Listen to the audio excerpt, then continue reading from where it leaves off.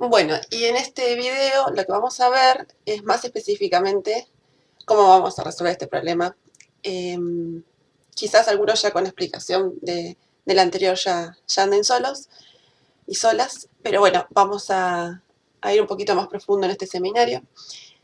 Fíjense que, bueno, es el cálculo de rendimiento de ácido cítrico y en realidad lo que proponemos en este seminario es que determinemos el rendimiento máximo en cítrico para dos configuraciones metabólicas diferentes. ¿Se acuerdan en el seminario anterior que vimos que en realidad esta cándida lipolítica, que es la que produce el ácido cítrico, tiene las enzimas para la vía número 5, la piruvato carboxilasa activa o el ciclohidroxilato activo, tiene en su genoma y expresa las proteínas para poder hacer las dos vías. Depende de la situación fisiológica que tengamos, cuál vía utilizará, y vimos en el seminario anterior que probablemente era la vía de la piruvato carboxilasa. ¿Se acuerdan? La que tenía más probabilidades de estar ocurriendo, las condiciones fisiológicas que se hicieron los experimentos en ese ensayo, porque todos los flujos, las reacciones irreversibles justamente eran mayores que cero, y cuando hablábamos del ciclo del oxidato, algunas de las reacciones irreversibles me daban negativas, ¿sí? Esa es la conclusión que deben haber sacado. Pero bueno, pensando en un rendimiento máximo, también vamos a ver qué modelo metabólico, con qué modelo metabólico nosotros obtendríamos un mayor rendimiento máximo teórico en la producción de cítrico, ¿sí? Entonces vamos a analizar el primer modelo, que es el de la piruvato carboxilasa activa. Lo vamos a charlar un ratito acá, y luego ustedes, si solos y solas, hacen el del ciclo del oxidato activo, piruvato carboxilasa inactiva. Recuerdo, entonces, acá no vamos a utilizar resultados experimentales, porque nosotros tenemos que calcular el rendimiento máximo teórico y vamos a suponer que no hay producción de biomasa para calcularlo, ¿sí? Obviamente eso es una suposición y es muy difícil de lograr en la realidad, que tengamos una masa continua de biomasa y lo único que haga es producir producto. Entonces es una idealidad, no hay datos experimentales acá, lo que hay es suposiciones para armar la matriz Q. Entonces, bueno, como siempre, vamos a mirar el metabolismo, vamos a ver cuántas reacciones tenemos, cuántos flujos tenemos que determinar. Son 16, fíjense. Esto está mal, esto no va a estar en su seminario. Bien, son 16 flujos y tenemos a su vez algunos componentes que acá señalamos como componentes relevantes. Vamos a volver sobre a qué nos referimos cuando hablamos de componentes relevantes. Los componentes relevantes son los que van a aparecer en la matriz A y sus Q correspondientes van a aparecer en la matriz Q, ¿sí? Por ejemplo, caso muy sencillo, ¿el agua es un componente relevante? No, es un componente que aparece en el metabolismo, pero no es un componente relevante porque yo no voy a incluirlo en la matriz A por la sencilla razón, en primer lugar, de que, fíjense que en algunos casos pongo agua, pero el agua se produce en muchas otras reacciones metabólicas y eh, es un compuesto bastante distribuido en en todas las reacciones bioquímicas, y no lo estoy completando bien acá. Pero la razón más importante no es esta, que no voy a poder armar bien en la matriz A con dónde están los coeficientes estequiométricos, sino que no tengo una medición de un Q agua para incluir en la matriz Q. Recuerden que todos los elementos que yo incluyo en la matriz A me tienen que aparecer en la matriz Q. Entonces, el Q agua nadie lo mide. Y si yo no puedo poner un valor en la matriz Q, tengo una incógnita en la matriz Q, y ahí ya no voy a poder resolver la matriz de los flujos, ¿sí? Entonces, nunca incluyo como componente relevante al agua. De la misma manera, no incluyo, por ejemplo, si nosotros tenemos ATP que pasa a ADP, no incluyo el ADP. ¿Por qué? Porque si bien es un intermediario, el ADP siempre está asociado al ATP. Cuando un ATP se va, un ADP aparece. Eso determina que si yo armo dos filas, una con ATP y otra con ADP, una se proporciona a la otra. Si yo a una la multiplico por -1, siempre me voy a reproducir la otra. Y se acuerdan que cuando tenemos filas proporcionales entre sí, no podemos calcular el determinante de esa matriz y por lo tanto tampoco podemos calcular la inversa y por lo tanto tampoco vamos a poder calcular el flujo, ¿sí? Entonces, componentes relevantes, no vamos a incluir nunca el agua no vamos a incluir nunca los pares, ¿sí? Por ejemplo, ATP-ADP, elijo el ATP. Entre NADH y NADH más, voy a elegir NADH, por ejemplo, ¿sí? Siempre es uno de esos pares. Muy bien. Pero además ahora estamos tratando de calcular el rendimiento máximo teórico. Lo que dijimos anteriormente es que vamos a tener algunas suposiciones para calcular esto. En primer lugar, que el Q, ese le vamos a asignar un valor, ¿sí? Arbitrario. QS que sea igual a menos 1. Menos 1, ¿sí? Ahí estamos. QS va a ser igual a menos 1. Y por otro lado, suponemos, para calcular un rendimiento máximo teórico en producto, que no hay producción de biomasa. Si no hay producción de biomasa, significa que el Q lípido va a ser igual a 0. Y lo mismo pasa con el Q proteína y Q carbohidrato, ¿sí? Q proteína va a ser igual a 0 y el Q carbohidrato va a ser igual a 0. Bien. Otra cuestión importante, nosotros tenemos que poder resolver este sistema. Eso significa que tengamos tantas ecuaciones que van a estar dadas por cada uno de los componentes relevantes que yo ponga, ¿sí? Por los balances de su Q, como incógnitas tengamos. Entonces, si nosotros tenemos 16 flujos a determinar, vamos a tener que elegir al menos 16 componentes relevantes, 16 elementos del metabolismo, ¿sí? Pero a su vez esos componentes relevantes, como decíamos, van a tener que tener un valor de Q definido, que nosotros sepamos. Entonces, vamos a ir mirando.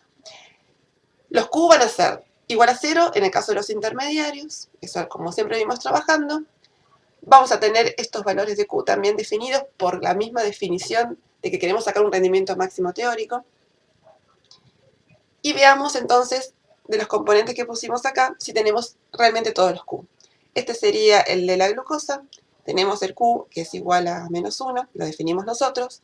Estos son todos esos intermediarios, glucosa fosfato, piruvato, ATP, que me aparece por acá, NADH, que aparece por aquí.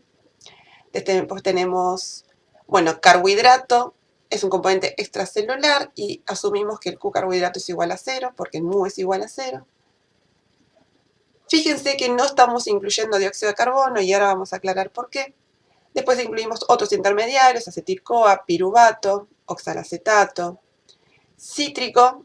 Fíjense que es justamente el compuesto que nosotros queremos saber cuál es el rendimiento máximo de cítrico, ¿sí? Entonces, si nosotros suponemos un rendimiento máximo teórico en producto igual a 1, y nuestro QS es igual a menos 1 en este caso, bueno, nosotros podemos proponer que el QP vaya a ser igual a 1, ¿sí? Supongamos que nuestro QP, nuestro Q cítrico, es igual a 1. El isocitrato también es un componente extracelular, pero como nosotros estamos calculando que todo se va a cítrico y tenemos que sacar el rendimiento máximo en cítrico, también suponemos que el Q isocitrato es igual a 0.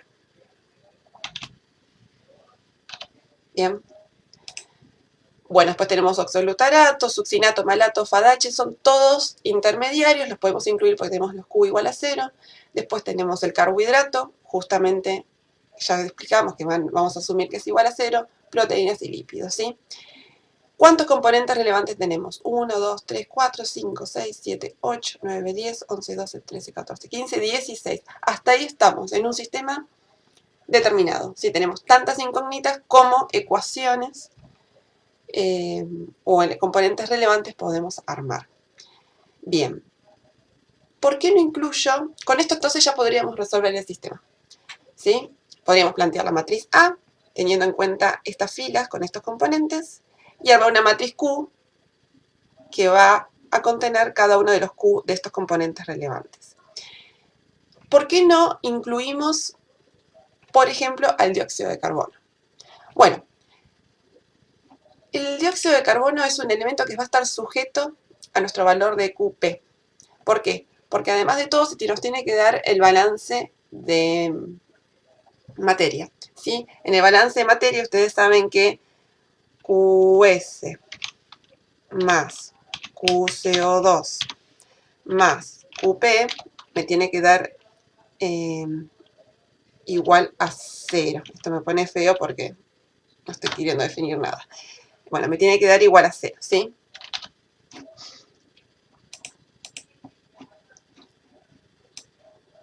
Ahora lo corrijo, porque te tengo que poner como texto. Pero bueno, acá lo tengo, miren. Esta es una ayudita. Balance materia QS, bueno, es igual a QCO2 más mu más QP. Ese es el balance de materia.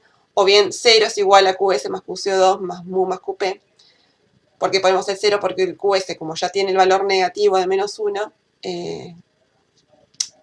se puede poner de esa manera.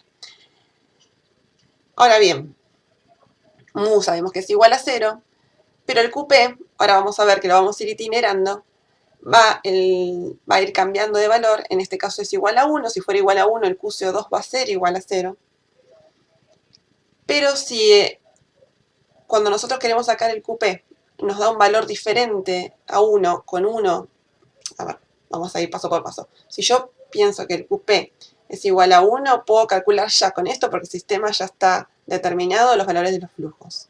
Si los valores de los flujos me dan todos positivos, de los flujos irreversibles, significa que es posible tener un QP igual a 1 y un QS igual a menos 1 y por lo tanto un rendimiento máximo teórico en producto igual a 1. Metabólicamente es posible. Ahora, si eso no me da, yo voy a empezar a bajar el valor de QP.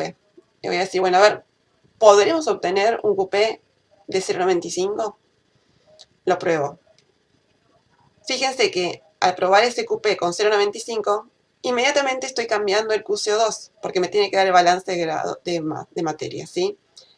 Si yo tengo, este va a ser igual a 0 por definición, pero un QP de 0,95 me está hablando de un QCO2 de 0,05. Eso hace que el valor de QCO2 esté siempre ligado al valor de QP y en general, cuando eso sucede, que nuestros valores de QP son dependientes, no me agrega ninguna información extra agregarlos a una matriz Q. Entonces no los incluimos. Lo mismo me pasa con el Q oxígeno. ¿Qué valor le pongo al Q oxígeno? ¿Sí? Me va a depender del balance de grado de reducción, va a depender de los valores que yo tenga de QP y por lo tanto no lo incluyo en este caso porque no es necesario, ¿sí? Yo ya puedo resolver la matriz con estos valores. Bien, entonces, seguimos adelante. Y esto no los quiero complicar ahora, los voy a borrar. Es una manera de hacerlo, pero no es necesario que la aprendan ahora, pues se las explico. Entonces, acá tenemos nuestra matriz A, o bueno, en este caso le pusimos E, con todos los elementos que vamos a tener en consideración y los flujos. Recuerden entonces que cuando armemos la matriz Q, ¿sí? Va a ser una matriz que va a tener una columna y tantas filas como componentes relevantes, y le mandé 3.